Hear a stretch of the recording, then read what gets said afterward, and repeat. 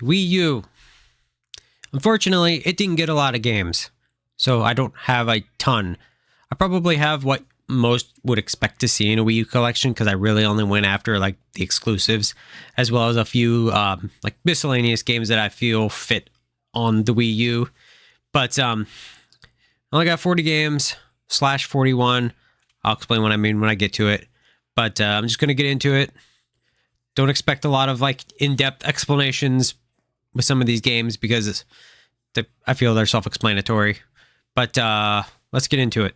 And for context, for the most part, I think I'm going to go in alphabetical order with this. But I'm going to start with Bayonetta 2. I played Bayonetta 1 on the PS3, and I enjoyed it. Like, I understand why it has its following. I didn't get super into it. I enjoyed it enough to give the second one a shot. And I liked the second one a hell of a lot more. And I think a lot of that has to do with, the fact that Nintendo was behind it. So they had more money to pump into it. And so it just felt like super polished. I mean, not to say the first one wasn't polished, but when Nintendo's like behind a game, they're going to make sure it lives up to their standards. Even games like Animal Crossing Amiibo Festival, despite the fact it's a turd, it's still a polished turd. Like it still looks clean and feels clean, even though you're barely even playing it. But I'm getting off track. But I do have the version that has the first game in it as well, because reasons. Next up, I have Captain Toad Treasure Tracker. It is a spin-off of Mario 3D World.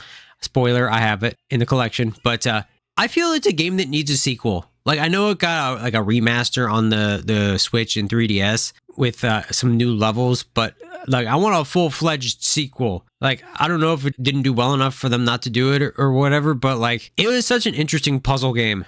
So next up is, I believe it's the most expensive game on the system. I don't know, I haven't looked lately, but that's Devil's Third. Is it worth the price of admission? No, it's not that good of a game.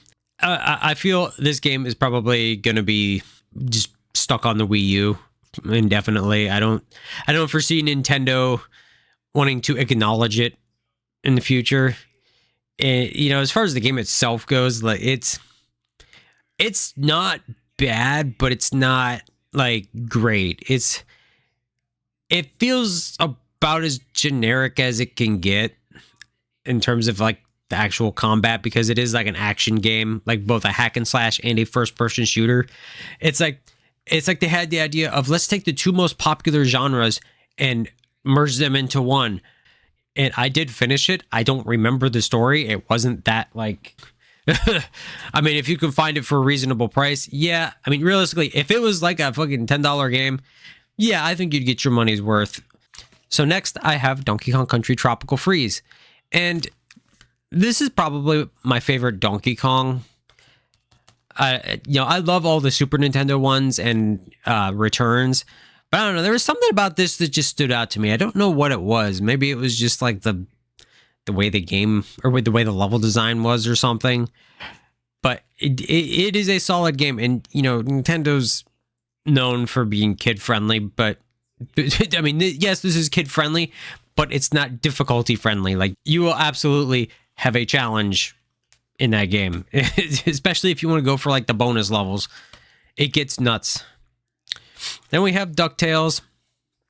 I never played the NES one back in the day. I do have it, but this is how you do like a remaster or a remake. They straight up got like the voice actors from the cartoon, and they did give it like a cartoonish art style to make it look like the cartoon. It feels like it pays tribute to the original DuckTales so much. So next up, I'll just put these two together, and that would be Nintendo Land and Game & Wario. I can't talk today. Like I said, any day. But these two are pretty much like tech demos. Nintendo Land launched with the Wii U, and it's just like a mini game compilation that shows you like things the Wii U gamepad can do. And they were fun, but you can't really make a full-fledged game out of them. Though the Donkey Kong game was my favorite. I very much would like a full game for that, but it's not going to happen. A Game of Wario, it is a spin-off of the WarioWare series, which is known for having like like micro games, not mini games, but micro games. And this isn't like that. This is more full-fledged games, kind of like Nintendo Land. Like they are mini games, but not like mini games. They're like large mini games, I guess. But they're both fun. I prefer Nintendo Land over Wario Land, though I do enjoy both of them. And yeah, that's that. I have Giannis Sisters Twisted Dreams Director's Cut. You know, if you know the backstory for this, it originally, I think it came out on the Commodore 64, and it was just a straight ripoff of Mario Brothers. You know, Mario Brothers, Giannis Sisters, and you know, eventually they kind of years and years later became their own thing. But this is really fun because you can switch back and forth between two characters, and you go from like a dream world and a nightmare world, and you just have to switch back and forth to like progress through the level. And this is available on everything, not just the Wii U. It is PS4, Xbox One, Switch. I'm not sure. It might be on the PS3 and 360, like because this came out around that time. So I would recommend this. Look into it. Hyrule Warriors. It's Dynasty Warriors with Zelda. Okay, Kirby and the Rainbow Curse. It's no, but go back to Zelda. It's fun. It's Dynasty Warriors, but it's just straight up fan service. They pull from like all of the Zelda games that were out at the time, you know, up through Skyward Sword. It was fun. I enjoyed it. Kirby. This is the sequel to the DS game. What was it? Canvas Curse. I had to think for a second. And this has, I really like the art style because this has like a claymation to it. You know, it's not anything super crazy. It's just draw lines to make Kirby progress to the end of the level. Breath of the Wild. It's, you know, I that's probably the game that like blew Zelda up in terms of like making it way more popular than it was. And it's fun. I enjoy it, but I like the classic Zelda, the more Ocarina of Time formula, where it's a little more linear. You know, you go to a dungeon, get an item, and you use that item to solve the puzzles in there and beat the boss, and then, you know, rinse and repeat. And with Breath of the Wild, it's just like, here's everything, have at it. It's not that I don't like it, I just prefer what it was, and I wish they'd go back to it. You know, I want a world where we have the Breath of the Wild, Tears of the Kingdom style, with that's like a sandbox, and the more linear style of like Ocarina up through Skyward Sword. We can live in a world that has two Zelda styles. But yeah, that's my little mini rant, I guess. Wind Waker and Twilight Princess HD. I don't understand why these are still on the Wii U, like, I mean, or why they haven't been re-released on the Switch or Switch 2. Like Nintendo knows they'll sell, so I don't know what they're doing. Like, what are they waiting for? You know, and it's weird that they put the original Wind Waker on the Switch Online instead of porting over Wind Waker HD. Like, I know that these two use the gamepad, so they're gonna have to like do a little bit of development to finagle it, but they're not, like, they can make it work. They know they'll get their money out of it. Like, I don't understand what their problem is. But that being said, yeah, this goes back to what I was just saying about Breath of the Wild. I prefer the linear Zelda games, or the more linear Zelda games. You know, I originally played Twilight Princess on the Wii, and then after I beat it, I picked up the GameCube one because I'm like, okay, if I want to replay it, I'll play it on the GameCube so I can play without motion controls.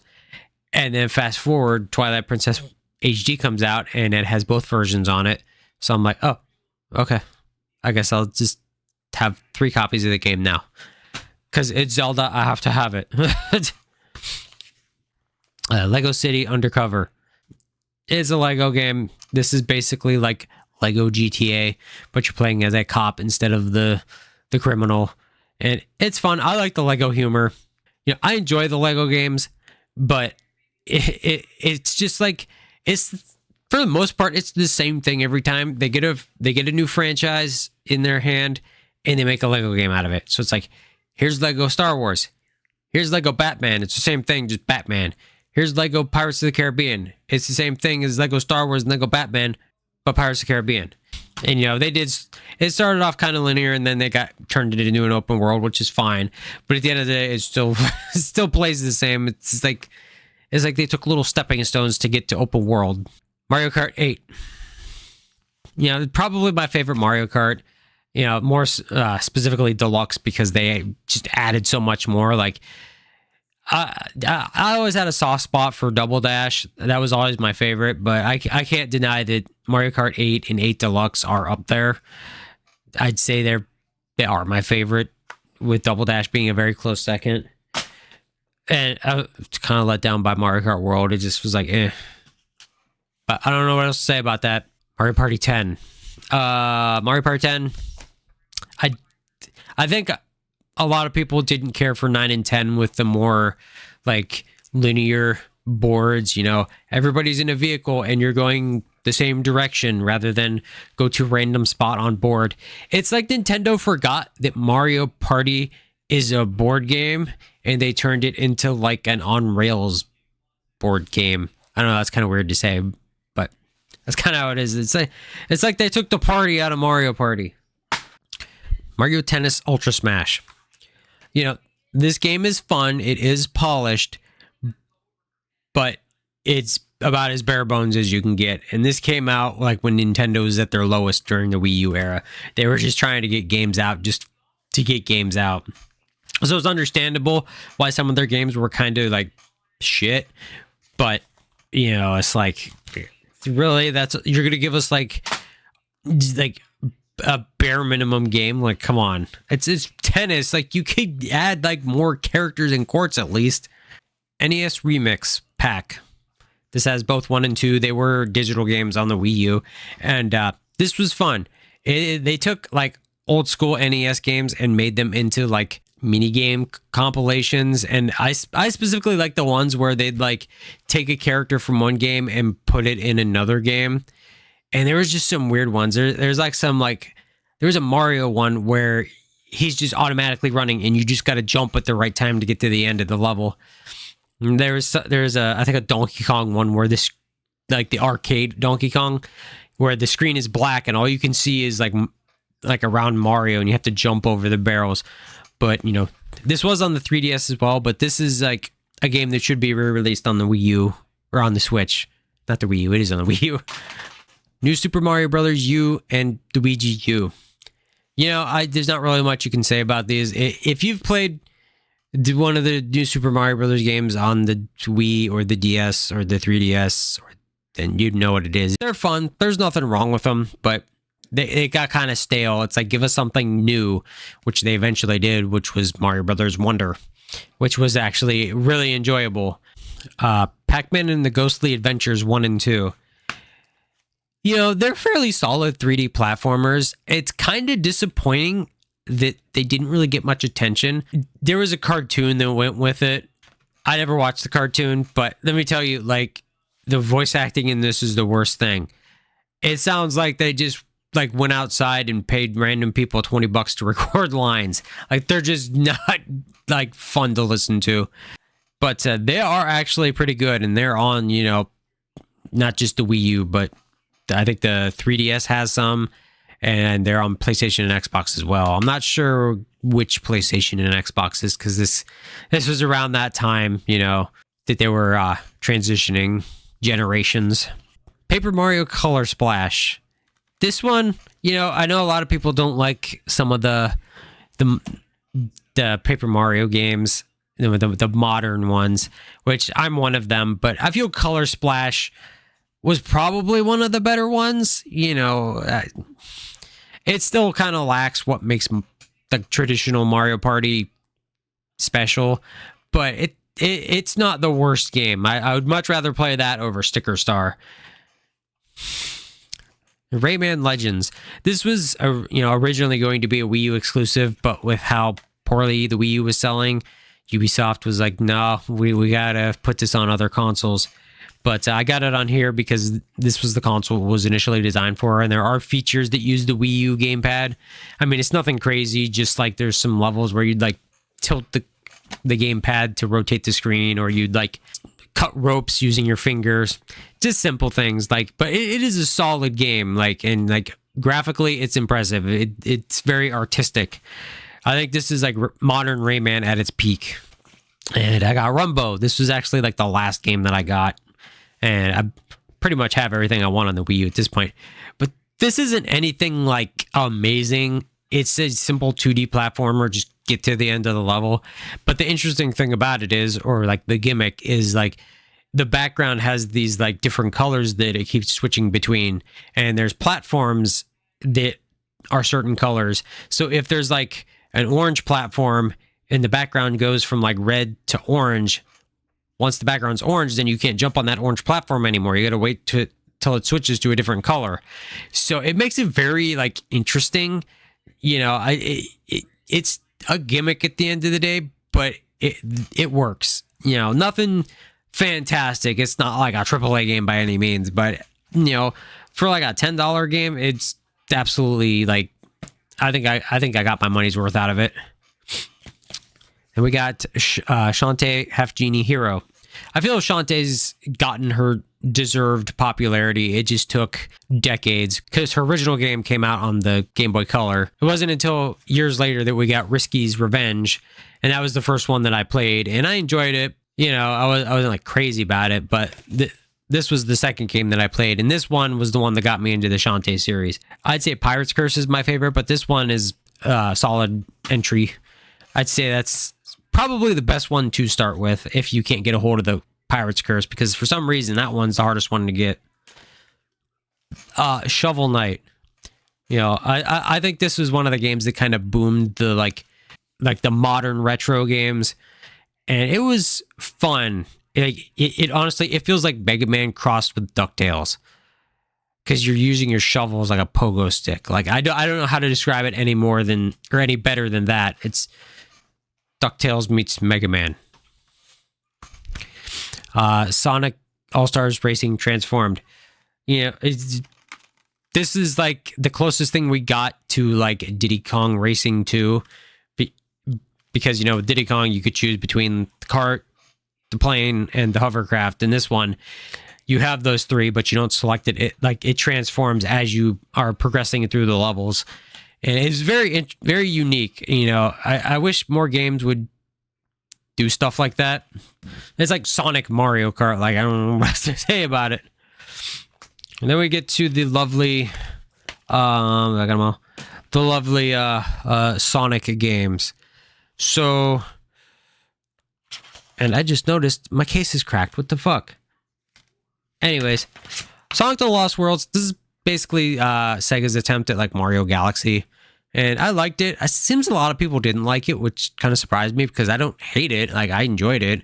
I mean, I'd rather play other Sonic games, but it wasn't like the worst thing ever. The Sonic Boom, on the other hand, this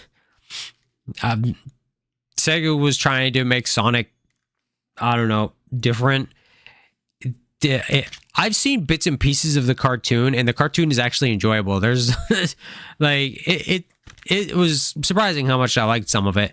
And this is like, they took Sonic out and kind of made it like a generic beat 'em up at times. Like there's the speed sections, but then it's like generic beat 'em up. I heard somebody in a review once make it the comment, if you take the gameplay out of Sonic Boom, then it's fun. Because like the cutscenes and the way the characters are, it's fun to like watch the dialogue. They just, it's entertaining, to say the least. Splatoon. You know, this one, honestly, it's kind of disappointing how this game is, because it, like, I don't mean it so much that it's a bad game, but there's no real, like, there is a single player, but it's only like 2-3 hours long. Like, this is primarily an online game because Nintendo was trying to jump onto the online shooter bandwagon, and it worked. It was fun, but we didn't get a true full single player until Splatoon 2 on the Switch. And it was fun. It was just disappointing we had to wait longer to get like more, because I'm not really an online person much anymore. I played a couple matches of it, and then that was it. You know, I played the single player, played a couple matches, and I was done.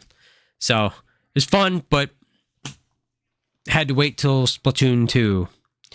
So here's where I was talking about where I have 40/41 games. And that's the Star Fox Zero and Star Fox Guard. Honestly, I like Star Fox Guard better.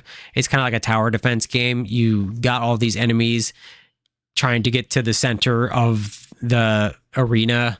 I think there's like a reactor in the middle. It's been a while since I played it, but you just have all these different cameras on the you see on the Wii U gamepad, and you're just like switching between them to try and like attack the enemies to stop them from getting to the middle.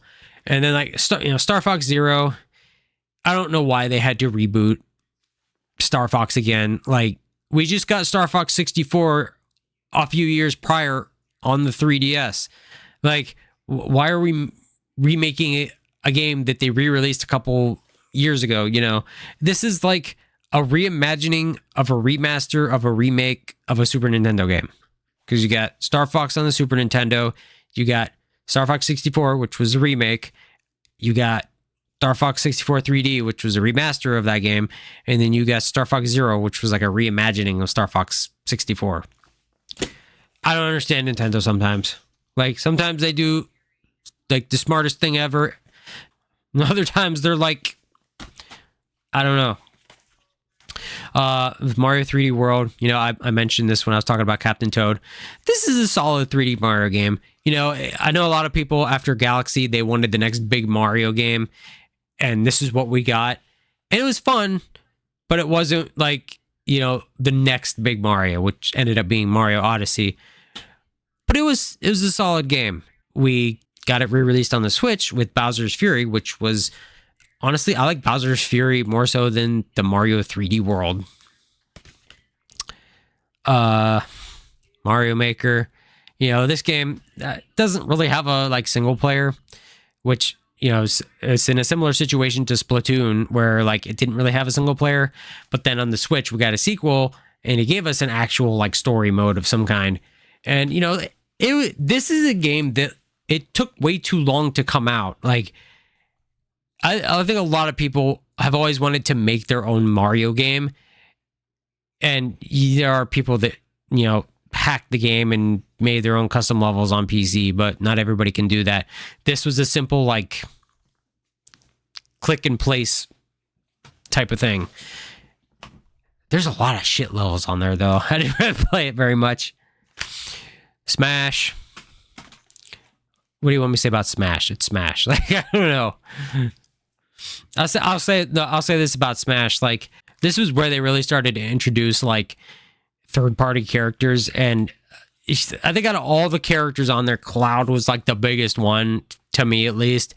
You know, not necessarily because I'm a fanboy or anything, but Cloud in Super Smash Brothers, that still sounds weird to say. The Wonderful 101.